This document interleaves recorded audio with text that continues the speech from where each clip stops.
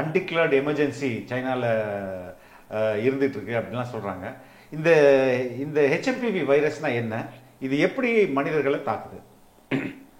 HMPV virus அப்படின்னா ஹெச்னா human, okay, எம்னா meta, என்னன்னா pneumo, வீனா virus. Okay, அந்த நியூமோ வைரஸ்னு சொல்கிறோம் பாருங்க, மெட்டா நியூமோ வைரஸ். நியூமோங்கிறது என்ன தெரியும்? நியூமோ அப்படின்னாவே நுரையீரலை குறிக்குது. Okay okay. அப்போ நியூமோ வைரஸ்னா நுரையீரலை பாதிக்கக்கூடிய வைரஸ். அதனால இப்போ இந்த COVID-19 நுரையீரலை பாதிக்கக்கூடிய வைரஸ்.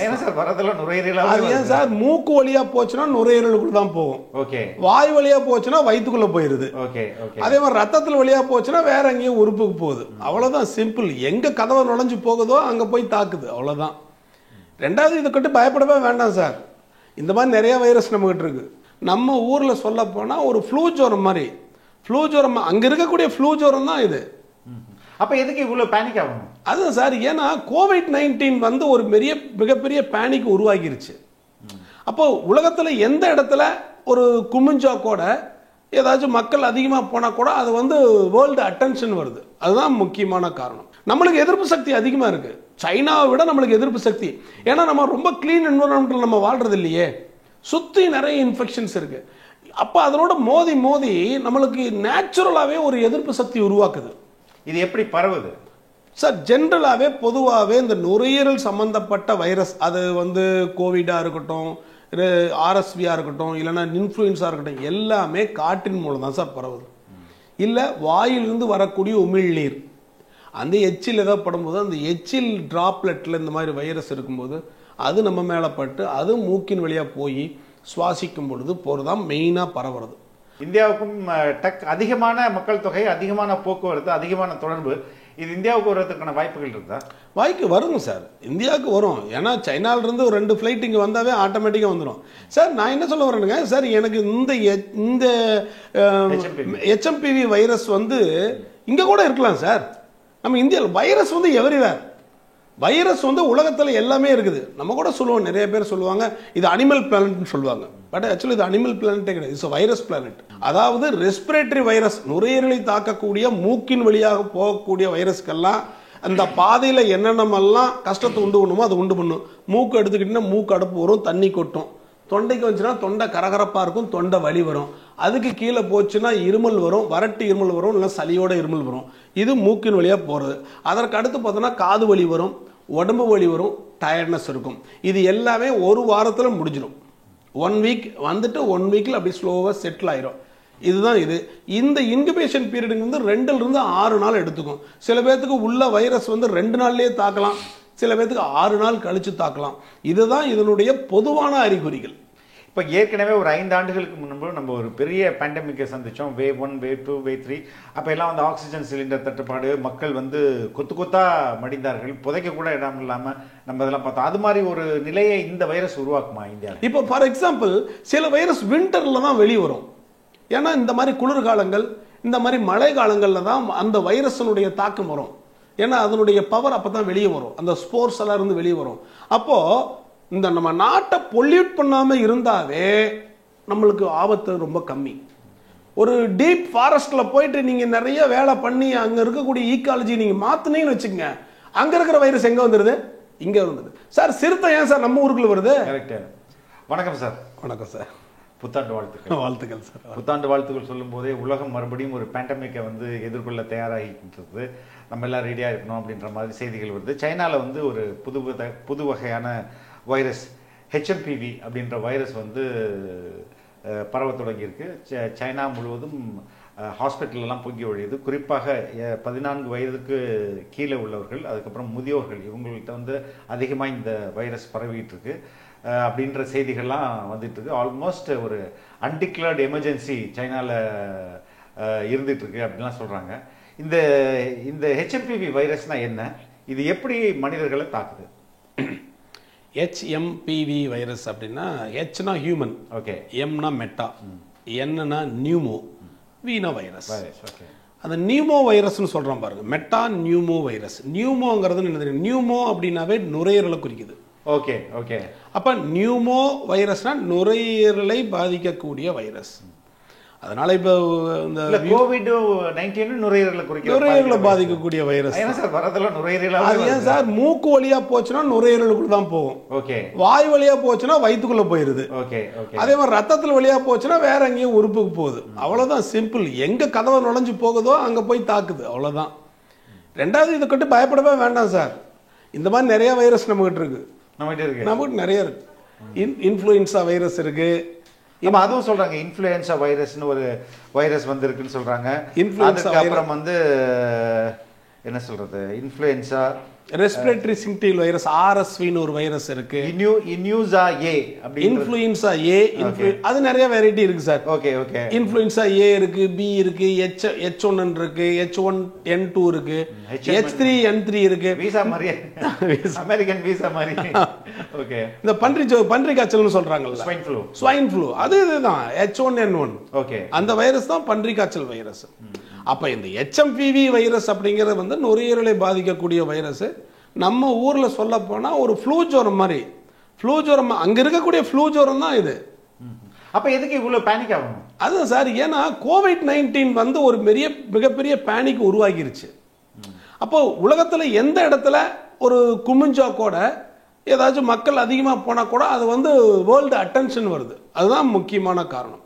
கிட்டத்தட்ட ஒரு ஸ்பானிஷ் ஃப்ளூன்னு ஒன்று இருந்துச்சு, 1919 வந்துச்சு. அதுக்கு பிறகு கிட்டத்தட்ட ஒரு 100 ஆண்டு காலமாக பெரிய மேஜர் அவுட் பிரேக் எதுவும் இல்லை, அப்பப்போ அங்கங்கே வந்துச்சு. இந்த கோவிட் தான் வந்து என்ன ஆச்சு, அது வந்து உலகம் முழுவதும் பரவுச்சு. அது சைனாலிருந்து உருவானதுனால அது ஒரு மிகப்பெரிய தாக்கத்தை உருவாச்சு. ரெண்டாவது சைனாவுடைய மக்கள் தொகை அட்மோஸ்ட் 160 பில்லியன். நம்ம அதை விட ஜாஸ்தியாக இருக்குமே. நம்ம ஜாஸ்தியாக இருக்கிறோம். பட் இருந்தாலும் மக்கள் தொகை அதிகமாக இருக்கு.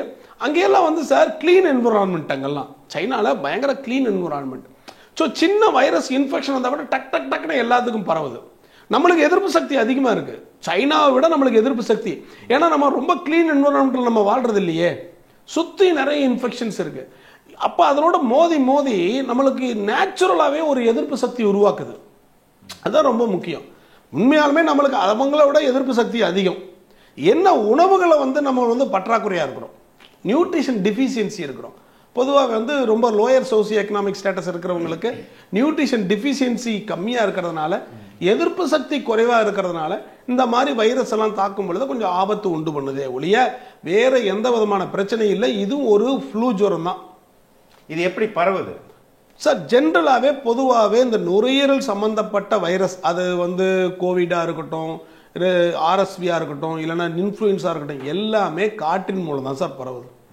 இல்லை வாயிலிருந்து வரக்கூடிய உமிழ்நீர், அந்த எச்சில் ஏதாவது படும்போது அந்த எச்சில் டிராப்லெட்டில் இந்த மாதிரி வைரஸ் இருக்கும்போது அது நம்ம மேலே பட்டு அது மூக்கின் வழியாக போய் சுவாசிக்கும் பொழுது போகிறதான் மெயினாக பரவுறது.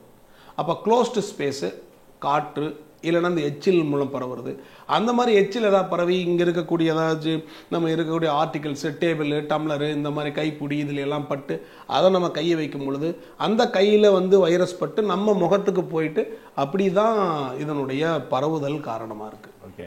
எந்த அளவுக்கு இந்தியா வந்து இதனால ரிஸ்கை ஃபேஸ் பண்ணுது? ஏன்னா இந்தியாவுக்கும் அதிகமான மக்கள் தொகை, அதிகமான போக்குவரத்து, அதிகமான தொடர்பு, இது இந்தியாவுக்கு வருவதற்கான வாய்ப்புகள் இருக்குதா?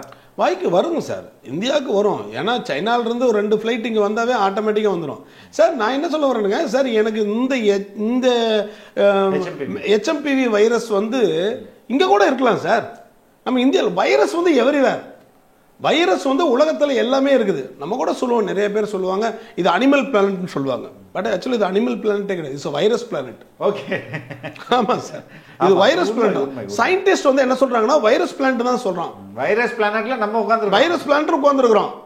நம்ம வைரஸ் பிளானட் நம்ம தான் உட்கார்ந்துருக்கிறோம். அதுதான் அதுக்கு சொந்தக்காரன். இந்த உலகத்துக்கே சொந்த வைரஸ் தான். வைரஸ் மில்லியன்ஸ் அண்ட் பில்லியன்ஸ் வந்து ஃபுல்லாக சுற்றி இருக்குது. அதெல்லாம் டார்மெண்ட்டாக இருக்குது. எப்பப்பெல்லாம் எதிர்ப்பு சக்தி குறையுதோ நம்மளுக்கு தாக்குது, அவ்வளோதான் சிம்பிள். அதனால நம்ம ஊர்லேயும் இது இருக்குதும், எங்கேயாச்சும் இருக்கும், எங்கேயோ ஊரில் கிடக்கும். எங்கெங்கெல்லாம் எதிர்ப்பு சக்தியெல்லாம் இருக்கிறதுனால அது நம்ம கிட்ட வர்றதில்லை, அவ்வளோதான். இப்போ சைனாலிருந்து வருது, நிறைய போக்குவரத்து இருக்கு. இப்போவே கண்டுபிடிச்சிட்டாங்க. ஏன்னா சைனாலிருந்து போக்குவரத்து போது தாய்லாந்து வரும், அங்கே போவாங்க, வேற நாடுகளுக்கெல்லாம், சிங்கப்பூர், எல்லா நாட்டுக்கு போவாங்க. அங்கேருந்து ஒரு ஃப்ளைட் வந்தால் கூட தொத்திட்டு வந்திருக்கோம். இன்னும் இருக்கு, இங்கே இருக்கும், இல்லைன்னா சொல்ல முடியாது. இதை கண்டு பயப்படக்கூடாது. ஏன்னா நம்ம வந்து ஃப்ளூ ஜுரம் வந்து வருஷமாக வந்து ஃப்ளூ ஜுரம், இன்ஃப்ளூயன்ஸா இதெல்லாம் வந்து நம்ம இந்த மாதிரி குளிர்காலத்தில் நிறைய பார்க்குறோம். ஏன் இப்போ கூட லேட்டஸ்ட்டாக எங்கள் ப்ராக்டிஸில் பார்த்தீங்கன்னா நிறைய பேர் ஜுரத்தோடு தானே வர்றாங்க. தொண்டை வலி ஜுரம் ஒரு 4-5 நாள் இருக்குது. அது இதாக கூட இருக்கலாம், சொல்ல முடியாது. இது கூட ஒரு 4-5 நாள் தான் இருக்கும். நார்மலாக இட் வில் பி சால்வ் இன் ஒரு 2 to 5 டேஸில் சரியாயிரும் அப்படின்ற மாதிரி தான். அதே தான் சார். எனி வைரஸ் எடுத்துக்கிட்டாவே இன்குபேஷன் பீரியட்னு சொல்லுவோம். அதுக்கு பேர் அடைகாக்கும் காலம். அதாவது வைரஸ் உள்ள வருது அப்படின்னா இமீடியட்டாக வந்தோன்னே தாக்காது. அதுக்குன்னு ஒரு டைம் எடுத்துக்குது. நான் டைம் எடுத்து நான் வளர்ந்துக்கிட்டு அப்புறம் தாக்குறேன்ட்டு. அதுக்கு பேர் தான் இன்குபேஷன் பீரியட். உள்ள வந்து அதனுடைய அதை ரெடி பண்றது குஞ்சு பொரிக்கிற மாதிரி. அது பேர் அடைகாக்கும் காலம், இல்லைன்னா இன்குபேஷன் பீரியட்னு சொல்லுவோம். உள்ளுக்குள்ள வந்து 2 to 6 நாள் எடுத்துக்குது. இப்போ இன்னைக்கு பச்சுன்னு வச்சுக்கங்க, இன்னொரு 4 நாள் கழிச்சு அதுல உருவாயிரும். அப்புறமேல் நம்மளுக்கு இருமல், சளி, தொண்டை வலி, காய்ச்சல் இந்த மாதிரியான வைரஸ் சிம்டம்களை இது தருது. இதுக்கும் அதே தான் சிம்டம்ஸ். இதுக்கும் அதே தான் சிம்டம்ஸ். அதாவது ரெஸ்பிரேட்டரி வைரஸ், நுரையீரலை தாக்கக்கூடிய மூக்கின் வழியாக போகக்கூடிய வைரஸ்க்கெல்லாம் அந்த பாதையில் என்னென்னமெல்லாம் கஷ்டத்தை உண்டு பண்ணுமோ அதை உண்டு பண்ணும். மூக்கு எடுத்துக்கிட்டீங்கன்னா மூக்கு அடைப்பு வரும், தண்ணி கொட்டும். தொண்டைக்கு வந்துச்சுன்னா தொண்டை கரகரப்பாக இருக்கும், தொண்டை வலி வரும். அதுக்கு கீழே போச்சுன்னா இருமல் வரும், வறட்டு இருமல் வரும், இல்லை சளியோட இருமல் வரும். இது மூக்கின் வழியாக போகிறது. அதற்கு அடுத்து பார்த்தோன்னா காது வலி வரும், உடம்பு வலி வரும், டயர்ட்னஸ் இருக்கும். இது எல்லாமே ஒரு வாரத்தில் முடிஞ்சிடும். 1 வீக் வந்துட்டு 1 வீக்கில் அப்படி ஸ்லோவாக செட்டில் ஆயிரும். இதுதான் இது. இந்த இன்குபேஷன் பீரியடுக்கு வந்து 2 to 6 நாள் எடுத்துக்கும். சில பேர்த்துக்கு உள்ள வைரஸ் வந்து 2 நாள்லேயே தாக்கலாம், சில பேர்த்துக்கு 6 நாள் கழிச்சு தாக்கலாம். இதுதான் இதனுடைய பொதுவான அறிகுறிகள். இப்போ ஏற்கனவே ஒரு 5 ஆண்டுகளுக்கு முன்பு நம்ம ஒரு பெரிய பேண்டமிக்கை சந்தித்தோம். Wave 1, wave 2, wave 3. அப்போ எல்லாம் வந்து ஆக்சிஜன் சிலிண்டர் தட்டுப்பாடு, மக்கள் வந்து கொத்தா மடிந்தார்கள், புதைக்க கூட இடம் இல்லாமல் நம்ம இதெல்லாம் பார்த்தோம். அது மாதிரி ஒரு நிலையை இந்த வைரஸ் உருவாக்குமா இந்தியாவில்? இது உருவாக்குறது டவுட் தான் நினைக்கிறேன். இது வந்து சாதாரண வைரஸ் காய்ச்சல் மாதிரி தான், உருவாக்காதுன்னு நினைக்கிறேன். கண்டிப்பாக இருக்காது. ஏன்னா இந்த இது கூட கோவிட் டைமத்தில் கூட பண்ண முதல் அலையில் இழப்புகளே இல்லை. இந்த 2வது அலை வந்துச்சு பாருங்க, அதுக்குள்ள என்னாச்சு, வைரஸ் தன்னைத்தானே உருமாறி கொண்டது, மியூட்டேஷன் ஆயிருச்சு. அப்ப மியூட்டேஷன் ஆனதுனால அதனுடைய வீரியம் அதிகமாகி நுரையீரலை தாக்கக்கூடிய அந்த அளவுக்கு பவர் வந்துருச்சு. அதுதான் அங்க ரொம்ப முக்கியம். அதே மாதிரி இது வந்து உருமாறுதா, இந்த வைரஸும் உருமாறக்கூடிய மியூட்டேட் ஆகக்கூடிய தன்மை உண்டுதா? கண்டிப்பாங்க. எல்லா வைரஸும் மியூட்டேட் ஆயிட்டே இருக்கும். எனி வைரஸ், அதாவது அந்த ஒரு வைரஸ் வந்து புறச்சூழ்நிலைக்கேற்ப தன்னைத்தானே மாற்றிக்கொள்ளக்கூடிய கேரக்டர் வைரஸ்க்கு இருக்கு. பாக்டீரியாவுக்கு அந்த மாதிரி கிடையாது. பாக்டீரியாங்கிறது அது ஒரு கிருமி, வைரஸுங்கிறது அது ஒரு கிருமி. அப்போ வைரஸுக்கு தன்னைத்தானே உருமாறிக்குது. அதனால தான் இதுக்கு சரியான மருந்தே கண்டுபிடிக்க முடியறது இல்லை. ஏன்னா அது மாடிஃபை பண்ணிக்கிட்டே இருக்குது. தன்னுடைய ஜீன்களையும் தன்னுடைய அமைப்புகளையும் மாடிஃபை பண்ணுறதுனால ஒரு குறிப்பான மருந்து இன்னைக்கு தயாரித்தோம்னா அடுத்த ஒரு மாதம் கழிச்சு தன்னைத்தானே மாறிக்கிறதுனால இந்த மருந்து அதுக்கு வேலை செய்யறதில்ல. அதனால தான் வைரஸ் சர்வைவ் ஆகிட்டே இருக்குது. வைரஸ் நம்மளால அழிக்க முடியறதில்ல. 2வது வைரஸுக்கு சரியான மருந்து இதுவரைக்கும் கண்டுபிடிக்கவும் இல்லை. இந்த வைரஸ்க்கும் இதுவரை வேக்சின் கூட கண்டுபிடிக்கலைங்க. ஆல்ரெடி நம்ம கோவிட் வேக்சின் போட்டதெல்லாம் இப்போ பிரச்சனை ஆகிட்டு இருக்குது. நிறைய உலக அளவில் அது வந்து சர்ச்சையாகுது. இப்போ இதுக்கும் ஒரு வேக்சின் வந்து இதுவும் வந்து சர்ச்சையாகுமா? ஆகும் சார். இப்போ வைரஸை பொறுத்த வரைக்கும் தன்னைத்தானே உருமாறி கொள்றதுனால அதுக்கு வேக்சின் கண்டுபிடிக்கத்தாலும் அதனுடைய பவர் வந்து போயிடும். 2வது இதை விட அதை வந்து மியூட்டேட் ஆகி புது வைரஸ் உருவாகுது. அதுக்கு நம்ம திருப்பி கண்டுபிடிக்கணும். நம்ம கண்டுபிடிக்கிற வைரஸ் கண்டுபிடிச்சு வேக்சின் கண்டுபிடிக்கிற காலம் கிட்டத்தட்ட 5 வருஷம் எடுத்துக்கிறோம் நம்ம. அதனால தான் அது ட்ரையல் பண்ணணும். நிறைய இப்போ கூட கொரோனா வேக்சின் போட்டு அதில் நிறைய காம்ப்ளிகேஷன்ஸ் எல்லாம் நிறைய வருது. இரத்த குழாய் அடைப்பு, ஹார்ட் அட்டாக்கு, நிறைய முட்டி வலி, 2வது நுரையீரல் வந்து சுருங்கி போகிறது, இந்த மாதிரி நிறைய பிரச்சனை வியாதினாலே வந்துருச்சு. வேக்சின்னாலேயும் கொஞ்சம் ப்ராப்ளம் எல்லாம் வந்திருக்கு. என்ன ப்ராப்ளம்னா, ஒரு வேக்சின் கண்டுபிடிச்சிட்டோம் அப்படின்னா அது கிட்டத்தட்ட 5 வருஷம் 6 வருஷம் நம்ம எடுத்துக்கணும், ட்ரையல் பண்ணணும். இந்த 6 வருஷம் நம்ம ட்ரையல் எடுக்கல 600 முறை மாறிடுது. எது இது வைரஸ் 600 முறை சேஞ்ச் ஆயிடுது. எப்படி நம்ம இது பண்ண முடியும்? அதனால இந்த வேக்சின் கூட அந்த அளவுக்கு எஃபெக்டிவாகவும் இல்லை. நம்ம எப்படி நம்மளை ப்ரொடெக்ட் பண்ணிக்கிறது? ஒன்றும் இல்லைங்க, க்ளீன் என்விரான்மெண்ட் தான். என்விரான்மெண்ட்டை சுத்தமாக வை, அதுதான் பேசிக்கு. என்விரான்மெண்ட்டை நீ பொல்யூட் பண்ணணும், திருப்பியும் வைரஸ் அதிகமாயிரும். என்விரான்மெண்ட்டை சுத்தமாக வச்சிட்டோம்னா எந்த இஷ்யூஸும் இல்லை. அதுதான் ரொம்ப முக்கியம். அப்போ காட்டுப்பகுதி இருந்துச்சுன்னா காட்டுப்பகுதியை காட்டுப்பகுதியாகவே வச்சுக்கணும். நம்ம காற்றில் இருக்கக்கூடிய வைரஸ், சில வைரஸ் எல்லாம் சில இடத்துல நல்லா வாழ்ந்துட்டு இருக்கும். அதை டிஸ்டர்ப் பண்ணவே கூடாது. ஓகே. இப்போ ஃபார் எக்ஸாம்பிள் சில வைரஸ் வின்டர்ல தான் வெளியே வரும். ஏன்னா இந்த மாதிரி குளிர்காலங்கள், இந்த மாதிரி மழை காலங்களில் தான் அந்த வைரஸினுடைய தாக்கம் வரும். ஏன்னா அதனுடைய பவர் அப்போ தான் வெளியே வரும், அந்த ஸ்போர்ஸ் எல்லாம் இருந்து வெளியே வரும். அப்போ இந்த நம்ம நாட்டை பொல்யூட் பண்ணாமல் இருந்தாவே நம்மளுக்கு ஆபத்து ரொம்ப கம்மி. ஒரு டீப் ஃபாரஸ்ட்ல போயிட்டு நீங்க நிறைய வேலை பண்ணி அங்க இருக்கக்கூடிய ஈக்காலஜி நீங்க மாத்தினீங்கன்னு வச்சுக்கோங்க, அங்க இருக்கிற வைரஸ் எங்க வந்துருது? இங்க வந்துருது. சார் சிறுத்தை ஏன் சார் நம்ம ஊருக்குள்ள வருது?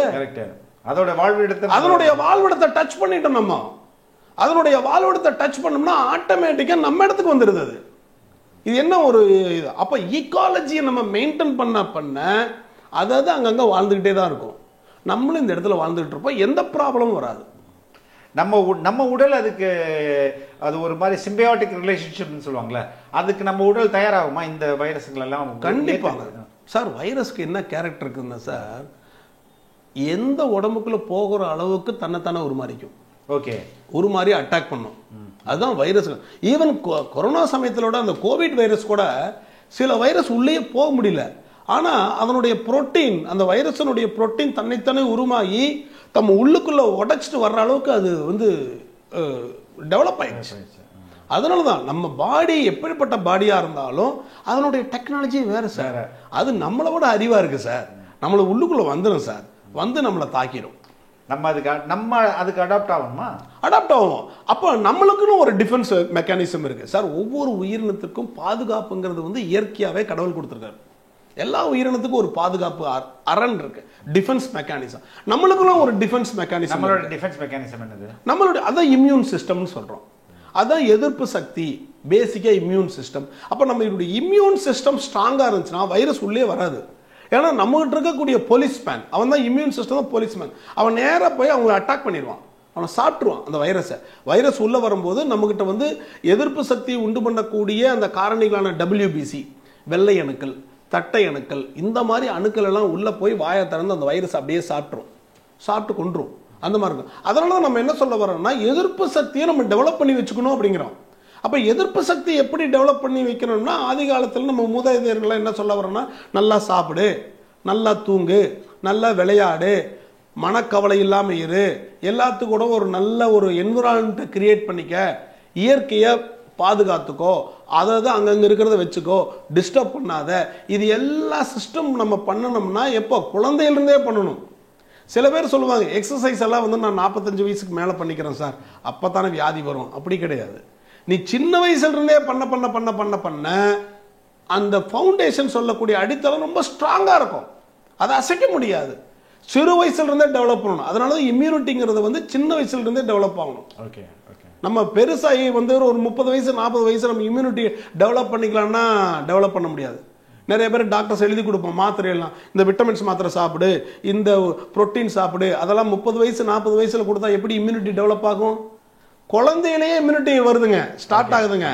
அப்ப குழந்தைகள்லயே நல்ல சத்துள்ள உணவு, நல்ல காரியங்கள்லாம் செய்யினா தான் இம்யூனிட்டி ஃபவுண்டேஷன் ஸ்ட்ராங்கா இருக்கும். அதுதான் நம்ம கவனிக்கணும். இப்போ நம்ம இயற்கையா சொல்றாங்க, இந்த பப்பாளி இலை, கபசுர குடிநீர், இதெல்லாம் வந்து உண்மையிலே ஹெல்ப் பண்ணுமா? கண்டிப்பா ஹெல்ப் பண்ணும். ஏன்னா பப்பாளி இலை, கபசுர ஒவ்வொரு பிளான்ட்டுக்கும் வந்து ஒவ்வொரு கேரக்டர் டெவலப் ஆயிருக்கு சார். எல்லாமே ஈக்குவலா இருக்கு சார். ஒரு வெயில்னு வந்தோன்னா ஒரு குளிர்னு வருது, சன் வருதுன்னா நிலவு வருது. இந்த மாதிரி ஒரு மாறி மாறி இருக்கக்கூடிய ஒரு கவுண்டர் மெக்கானிசம் தான் நம்ம இந்த உலகத்திலேயே இருக்குது. ஒரு எதிரி வந்தானா எதிரி தாக்கக்கூடிய இன்னொரு கவுண்டர் இருக்கும். இந்த ஒரு கவுண்டர்ல தான் இந்த உலகமே இயங்கிட்டு இருக்குது. பர்ஃபெக்ட் பேலன்ஸ் இருக்கு. இந்த வேர்ல்டு வந்து பர்ஃபெக்ட் பேலன்ஸ் இருக்கு. உதாரணத்துக்கு பாருங்க, பப்பாளி இருக்கு. பப்பாளியினுடைய இலையினுடைய சாறு, அதில் இருக்கக்கூடிய கெமிக்கல், டெங்கி ஜுரம் என்று சொல்லக்கூடிய அந்த டெங்கி வைரஸ் இருக்கு, அதனுடைய வைரஸை குறைக்கக்கூடிய அளவிற்கு அதனுடைய வீரியத்தை தாக்கத்தை குறைக்கக்கூடிய அளவுக்கு அதுக்கு கேரக்டர் இருக்கு. ஏன்னா அதனால தான் மருத்துவ உலகம், விஞ்ஞான உலகம், நம்ம அலோபதி டாக்டர்லாம் அந்த பப்பாளி இலையவே சாறு எடுத்து உருண்டை பண்ணி மெடிசனா விற்கிறோமே. ஓகே. கேரிப்ரில் அந்த மாதிரி நிறைய மெடிசன்ஸ் விற்கிறோம், சிறப்பாகவும் விற்கிறோம். எது? பப்பாளி சாறு. அப்ப பப்பாளி சாறுலேயே இயற்கையாகவே இருக்கக்கூடிய எதிர்ப்பு சக்தி இருக்கு. அதே மாதிரி ஒவ்வொரு பழங்களிலும் எதிர்ப்பு சக்தியை உண்டு பண்ணக்கூடிய சத்துக்கள் ஒவ்வொரு பழத்திலையும் இருக்குது. பழங்கள்ல, எல்லா பழங்கள்லயும் இருக்குது. ஆனா இன்னைக்கு பழங்கள்லயே கெமிக்கல் போட்டு தானே வருது. அது கரெக்ட். அது நம்ம பண்றதானுங்க. இயற்கையா இருக்கக்கூடிய வளரக்கூடிய பழங்களை உற்பத்தி பண்ணாம அப்போ நம்ம அதாவது நிறையா சாப்பிடணும், வயிறு நிறையா சாப்பிடணும் அப்படின்னு நம்ம தாட்டு வந்தங்காட்டி எல்லா டைம்லையும் அந்த பழத்தை சாப்பிடணும்னு நம்ம விருப்பப்படுறோம். சார் முன்னாடியெல்லாம் பார்த்தீங்கன்னா மாம்பழமாக இருக்கட்டும், அந்த மே மாதம் அந்த ஏப்ரல் மே ஜூனில் தான் மாம்பழங்கள் வரும். அந்த சீசனில் தான் அதை சாப்பிடணும். நம்ம வந்து என்ன பண்ணுறோம், 24 வருஷத்துக்கு 365 நாளும் மாம்பழம் சாப்பிடணும்னு நினைச்சா அதனுடைய வாட்டர்மெலன் எல்லா டைம்லயும் கிடைக்குது, சம்மர்ல மட்டுமே சம்மர்லயே வர. ஏன்னா இயற்கை அப்படிதான் படைச்சிருக்கு. இயற்கை வந்து சம்மர்ல நீர்ச்சத்துள்ள காய்கறிகளை நம்மளுக்கு கொடுக்குது. விண்டர்ல எதுக்கு நம்மளுக்கு நீர்ச்சத்து காய்கறி? தேவையில்லாத ஒண்ணு. குளிர்காலத்துல நீர்ச்சத்து காய்கறி, வெப்ப காலத்துல தான் நீர்ச்சத்து. அப்ப இயற்கையை என்ன பண்ணுது, இந்த காலத்துல நீ இது சாப்பிடு, நொங்கு நீ இது சாப்பிடு, இளநீர் இதை சாப்பிடு, பனங்கள் கண்டு சாப்பிடு. அப்போ வெப்ப காலத்துல அதை கொடுக்குது. அப்ப அந்த மாதிரி தான் நம்ம போகணும், இயற்கை ஒட்டி தான் நம்ம வாழணும். அப்ப நம்ம என்ன பண்றோம், எல்லா டைம்லயும் சாப்பிடணும்னு நினைக்கிறோம், ஆட்டோமேட்டிக்கா கஷ்டங்கள் வரும். நம்மளுடைய மருத்துவ இன்ஃப்ராஸ்ட்ரக்சர் இது எஸ்பெஷலி அரசு மருத்துவமனைகளும் இது மாதிரி ஒரு மறுபடியும் ஒரு பேண்டமிக்கை எதிர்கொள்வதற்கு தயார் நிலையில இருப்பாங்களா? தயாரா நம்மளுக்கு அந்த உட்கட்டமைப்பெல்லாம் இருக்குதா? கண்டிப்பா இருக்கு. ஏன்னா இந்த கொரோனா காலத்துல 2வது அலைக்கு முன்பாக அந்த அளவுக்கு உட்கட்டமைப்பு இல்லை. ஓகே, ஆரம்ப கட்ட உட்கட்டமைப்பு நம்மகிட்ட அற்புதமா இருக்கு. நம்ம தமிழ்நாட்டை பொறுத்த வரைக்கும் நான் சொல்றேன், பிரைமரி ஹெல்த் கேர் சிஸ்டம்னு சொல்லுவோம். அந்த கட்டமைப்பு அருமையா இருக்கு. ஒவ்வொரு கிராமங்கள்லையும் ஒவ்வொரு இடத்துலையும் இருக்குது. கொரோனா வந்த பிறகு 2வது அலை தாக்கம் வந்த பிறகு ஒரு அட்வான்ஸ்டு உட்கட்டமைப்பு வந்து நம்மகிட்ட இல்லாமல் இருந்துச்சு அதுக்கு முன்னாடி. அப்போ அந்த இதில் வந்து நம்ம உட்கட்டமைப்பு ஏற்படுத்திட்டோம்.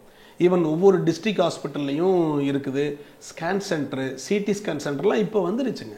முன்னாடியில் சிடி ஸ்கேன்லாம் எல்லா இடத்துலையும் கிடையாது, டிஸ்ட்ரிக்ட் ஹாஸ்பிட்டல்லாம் கிடையாது. இப்போ எல்லா இடத்துலையும் சிடி ஸ்கேன் சென்டர் வந்துருச்சு. ஈவன் சென்னையிலலாம் பார்த்தீங்கன்னா ரொபோட்டிக் சர்ஜரி, அதாவது நவீனமயக்கப்பட்ட இயந்திரம், அந்த மாதிரியான சர்ஜரிகள் எல்லாமே வந்து நம்ம ஜிஹெச்லேயே வந்திருக்கு. கட்டமைப்பை பொறுத்த வரைக்கும் அதனுடைய அந்த வீரியத்தை நம்ம எதிர்கொள்ள அளவிற்கு நம்மளுக்கு இன்ஃப்ராஸ்ட்ரக்சர்ஸ் இருக்கு. ஓகே, அது கவலைப்படுத்த. ஒரு தனி மனிதனாக நான் இந்த வைரஸை எப்படி எதிர்க்கிறது, எப்படி அதுலேருந்து என்னை தற்காத்து கொள்வது? சார் இப்போ பொதுவாக நம்ம என்ன, நான் வந்து இந்த என்வாயன்மெண்ட்டை ஃபுல்லாக க்ளீனாக வச்சுக்கிறது என்னால் முடியாது. என்னால் என்னுடைய பொறுப்பில் காற்று அழிக்கிறதே நான் விரும்பலை, மழையை உடைக்கிறது நான் விரும்பலை. இதெல்லாம் என் கை மீறி நடக்கிற விஷயம். ஆனால் நானும் இந்த அதே நாட்டுக்குள்ள தான் வாழலாம், பட் நான் உயிரோட தப்பிக்கணும். அப்போ நான் என்ன பண்ணுறது? கண்டிப்பாக சார், அதாவது வந்து இந்த என்விரான்மெண்ட்டை அழிக்கிறதும் அதை சீர்கெடுக்கிறதும் மனிதன் தான் அப்படிங்கிறத முதல்ல உணர்ந்து கொள்ளணும். அது வந்து லாங் டைம் கோல்.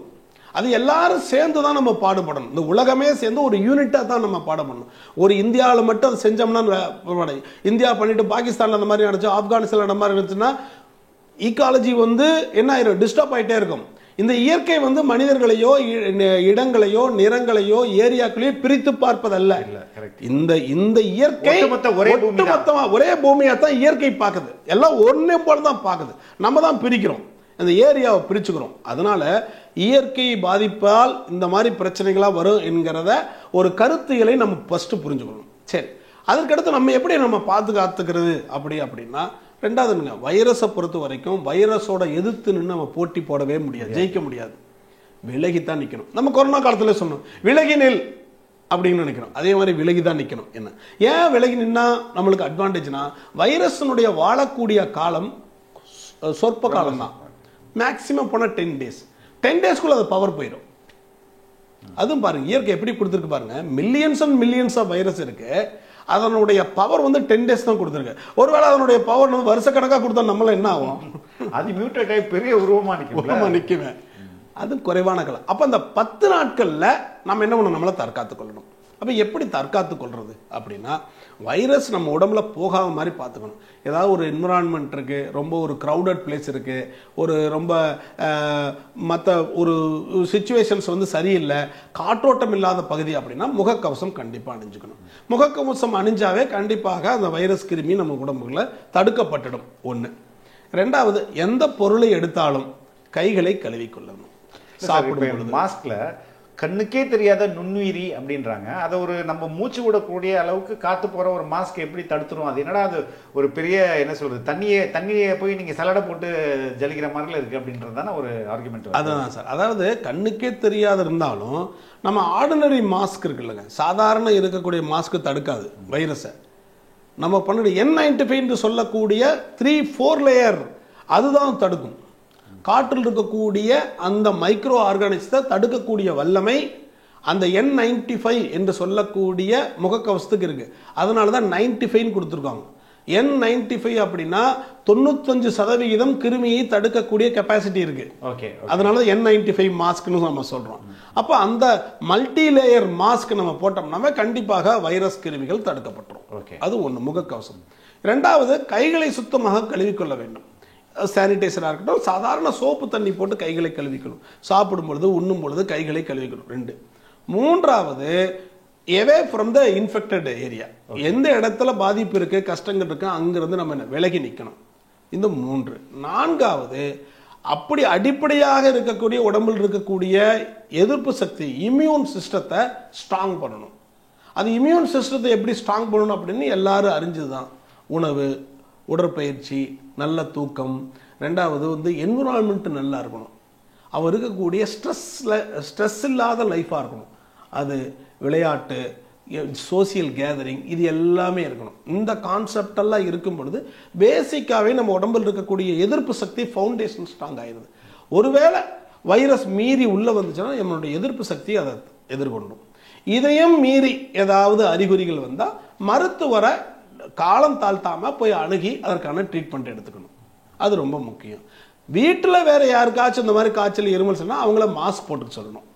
அவ்வளவுதான், ஐசோலேஷன் மாஸ்க். ஆனால் நம்ம இந்திய சமூகம், குறிப்பாக தமிழ்நாடு சமூகம் இதுக்கு ஆல்ரெடி ஒரு ப்ராக்டிஸ் ஆனது தானே. அதனால இது பெருசாக மறுபடியும் நம்மளை இந்த அவங்களை இப்படி தான் எஜுகேட் பண்ணணுன்றது தேவையில்ல. டக்குன்னு அவங்க தயாராகிடுவாங்க. அப்படி எடுத்துக்கலாமா? இல்லை சார். எப்படின்னா நம்ம சமூகம் இருக்குல்லங்க, நம்ம மக்கள் இதையே மீறி எவ்வளோ கவலைகளை சுமந்து போயிட்டு இருக்கிறான். Okay okay. அவங்களுக்கு தெரியும் சார், ஹெல்மெட் போட்டுட்டு போனா தான் உயிர் பாதுகாக்கும், தலையில் அடிபடாமல் இருக்கும், நம்ம கேர்ஃபுல்லாக போகணுங்கிறது பொது அறிவு மக்கள்கிட்ட இருக்கு. ஆனால் அதை நம்ம சொல்லிக்கிட்டே தான் இருக்கணும். மக்கள் மறந்துடுவாங்க.